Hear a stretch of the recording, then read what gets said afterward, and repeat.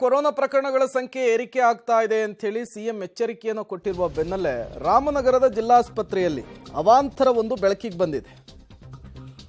Covid room ಪಕ್ಕದಲ್ಲಿಯೇ ಹೆರಿಗೆ ward ಇರೋದು ಮುನ್ನೆಲೆಗೆ ಬಂದಿರುವಂತಹದ್ದು. ಕೋವಿಡ್ ವಾರ್ಡ್ ಪಕ್ಕದಲ್ಲಿಯೇ ಬಾಣಂತಿ ಹಸುಗೂಸುಗಳನ್ನು ಆರೈಕೆ ಮಾಡ್ತಾ ಇದ್ದಾರೆ. ಕೋವಿಡ್ ವಾರ್ಡ್ ಮುಂಭಾಗದಿಂದಲೇ ಪೋಷಕರು ಕೂಡ ಸಾಕ್ತಾ ಇದ್ದಾರೆ. ಕೋವಿಡ್ ವಾರ್ಡ್ನಲ್ಲಿ 3 ಸೋಂಕಿತರು ಚಿಕಿತ್ಸೆಯನ್ನು ಪಡಿತಾ ಇದ್ದಾರೆ. 2 ಪುರುಷರು, 1 ಯುವತಿಗೆ ಐಸೋಲೇಷನ್ಗೆ ಒಳಪಡಿಸಲಾಗಿದೆ. ರಾಮನಗರ ಜಿಲ್ಲಾಸ್ಪತ್ರೆಯ ಅವಾಂತರ ಇದು. ಹಾಗಾದ್ರೆ ಅಧಿಕಾರಿಗಳಿಗೆ ಇದು ಗಮನಕ್ಕೆ ಬಂದಿಲ್ವಾ ಅನ್ನೋದು ಪ್ರಶ್ನೆ. ನೋಡಿ, ಬಾಣಂತಿಯರು ಅಂದರೆ ಅತ್ಯಂತ ಸೂಕ್ಷ್ಮವಾದಂತಹ ಸನ್ನಿವೇಶ. ಅದು ಅತ್ಯಂತ ಸೂಕ್ಷ್ಮವಾದಂತಹ ಸಂದರ್ಭದಲ್ಲಿ ಅದರಲ್ಲೂ ಪಕ್ಕದಲ್ಲಿನೇ ಕೋವಿಡ್ ಪೇಷಂಟ್ಗಳ ವಾರ್ಡ್ ಇದೆ ಅಂದರೆ ನಿಜಕ್ಕೂ ಕೂಡ ಅಧಿಕಾರಿಗಳ ದಿವ್ಯ ನಿರ್ಲಕ್ಷ್ಯ ಇಲ್ಲಿ ಎದ್ದು ಕಾಣಿಸ್ತಾ ಇದೆ.